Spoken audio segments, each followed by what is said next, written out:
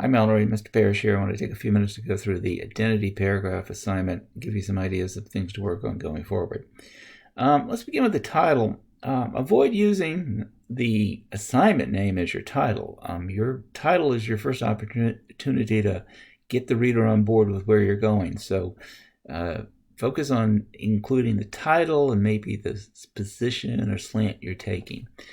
If you go back to the original assignment, and turn it in, there's a little blue icon next to the grade.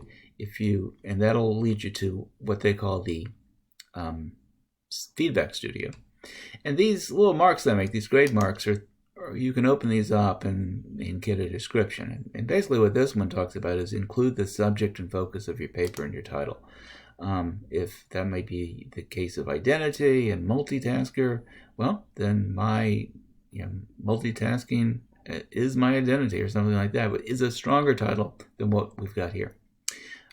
Here it looks like you've indented the whole text, whereas you only want to indent the first line. I think if we look at the rest of the paper, what kind of happens with this toward the end is you run out of gas. And you see how this word things takes over, basically because I don't think you have a clear idea what you need to talk about in the last couple of sentences. You switch to this idea of motivation and some other things just really to take up space. What you've lost is the opportunity to develop the three main ideas.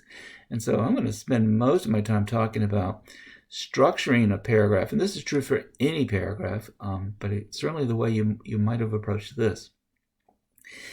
Sometimes students kind of blow the whole thing in the first sentence or the first couple of sentences. And when you say, I chose multitasker because I play multiple sports, I go to school full-time while managing good grades, and I also have an internship at my church.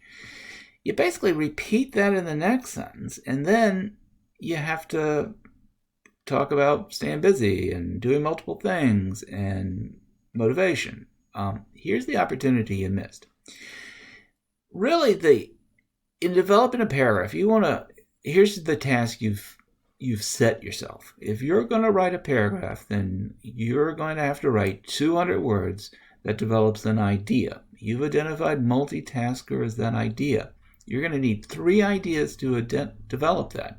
You have the 3 ideas, athlete, student, intern, but you present them together and then you repeat them together. What you've really got to do is break these out and talk about them in more detail separately. Okay? So after that multitasker, first, I'm an athlete. Because you'll notice you say you play multiple sports, but you never say which sports.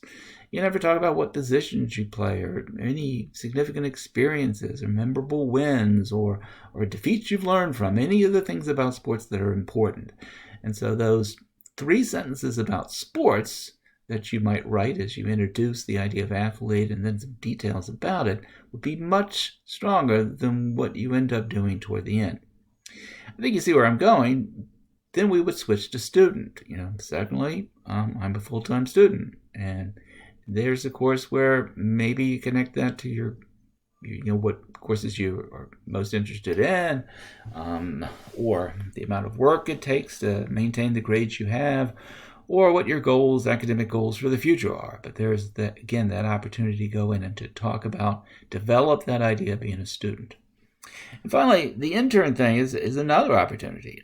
You say, with my church, although you don't name the church, that's an important detail that you could include. What do you do in your internship? Are you typing up the bulletin? Are you setting up the chairs and tables for the fellowship supper? What are the kind of tasks they have you doing?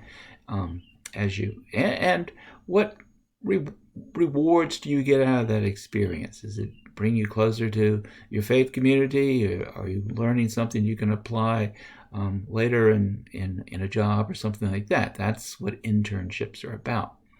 So I'll just stop there. I think that it's kind of hard to judge necessarily some of the things we would look at in writing, because, as I sort of say, by the end of this, you've kind of run out of gas in a way. So keep in mind that it's much easier to sustain an idea for 3 or 4 sentences. Introduce athlete, Write about it intensely and in detail for a couple of sentences. Then switch to something else. Then switch to something else. And you find yourself avoiding having to rely on kind of generalities down here. One last thing to notice. If you find yourself using the word things and things and things, that's a really good sign that it's just kind of become too general. And when you use that word thing, look for words to replace thing with. Task, getting jobs done, focusing on multiple interests or something. Look for ways to replace things with more specific words. Okay? If you would take a minute and send me an email that you were able to access the video and that you understand what I'm talking about, I'd appreciate it. And I will talk to you later.